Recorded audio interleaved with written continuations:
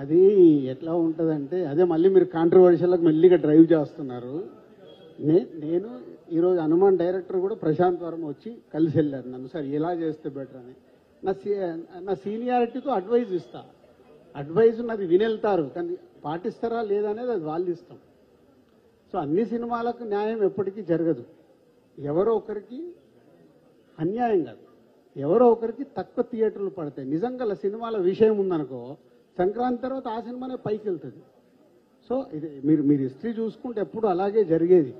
5గురు రాకుండా ఉంటే బాగుంటుంది అనేది మా పెద్దలందరి ఆలోచన. దానికి అందరిని పిలిచి మాట్లాడడం. యూఆర్ వెయిటింగ్, ఒక్కరి దాంట్లోకి జరిగినా ఇంకొకళ్ళకి బెనిఫిట్ అవుతుంది. అలా ఎప్పుడు చెప్పలేం. తప్పకుండా అంటే మళ్ళీ టార్గెట్ చేసినట్టు కదా.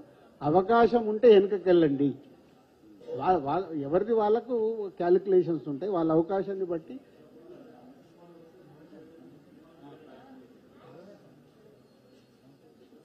నైజాం ఒకటే కాదమ్మా, ఆంధ్రప్రదేశ్ కూడా ఉంది. యాప్ నైజాం మీద పడతారు ఎందుకు? ఆంధ్రప్రదేశ్ లేదా? ఆంధ్రప్రదేశ్లో కూడా దొరకాలి కదా అన్ని థియేటర్లు.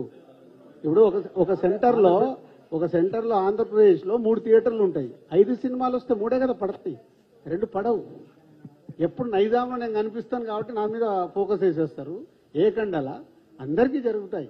ఎలా కంఫర్టబుల్గా ఉంటే అందుకే రిక్వెస్ట్ చేస్తున్నాం. నాకు అవసరం లేదుగా ఛాంబర్లో లీడ్ చేసి ఎందుకు రిక్వెస్ట్ చేస్తున్నాము. ఒక్కరు వెనకకి వెళ్ళారనుకో కనీసం 4 సినిమాలకు కంఫర్ట్ అవుతుంది, కింద ఉన్న సినిమాలకు కంఫర్ట్ అవుతుంది. ఆ ఒక్క సినిమా మీరు ఏదని చెప్తారు రాజు గారు, ఎందుకంటే మీ మాట చెల్లుతుంది. అసలు ఎవరైనా అలా అనకండి. ఇమ్మీడియట్లీ ఏం చేస్తాడు, ఇగో దిల్ రాజు గారి సినిమాని రావద్దన్నారంట, హెడ్లైన్స్ మీరే పెడతారు. నేను అందుకే ఎవరికి చెప్పదలుచుకోలేదు. మేము మీటింగ్ స్టార్ట్ అయ్యేకంటే ముందు అనుకున్నది అది. ఎవరికి మనం చెప్పకూడదు, వాళ్ళ ఇష్టం. ప్రపోజల్గా అందరికీ పెడదాము. ఎవరు వెనకకి వెళ్తే బాగుంటుంది, వాళ్ళకు కూడా బెనిఫిట్ అయ్యేలాగే. అవును సార్, ఇప్పుడు మీరు ఎవరన్నా వెనకకి వెళ్తే వాళ్ళకు బెనిఫిట్ అయ్యేలాగా వాళ్ళకు సోలో డేట్ ఇప్పిద్దాం.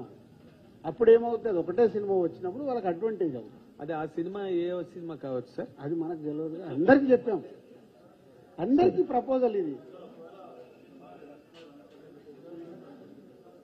అదే 26th రావచ్చు, 26 జనవరి ఖాళీ, సెప్టెంబర్ 2 ఖాళీ, మార్చి 7 ప్రస్తుతానికి ఇంకా ఖాళీగానే కనిపిస్తుంది.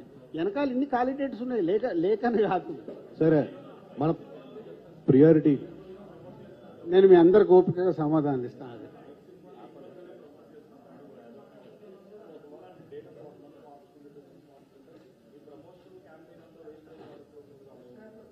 మనం హిస్టరీలోకి వెళ్దామా? RRR 3 నెలలు 6 నెలలు పోస్ట్పోన్ అయింది, ఆగలేగా. సలారు పోస్ట్పోన్ అయింది, ఇరగ తీస్తుందా లేదా? జనాలు రెడీగా ఉంటారు. అసలు అది మన అపోహ, ఇలా చేసాము అలా రాదేమో ఇలా రాదేమో. సినిమా మనం ఇచ్చే కాంటెంట్లో విషయం ఉందనుకో, టీజర్లో ట్రైలర్లో వాళ్ళు రెడీగా ఉంటారు. సోలోగా ఉన్నప్పుడు ఏం చేస్తారు? అడ్వాంటేజ్ కదా, ఆప్షన్ ఉండదు వాళ్ళకి.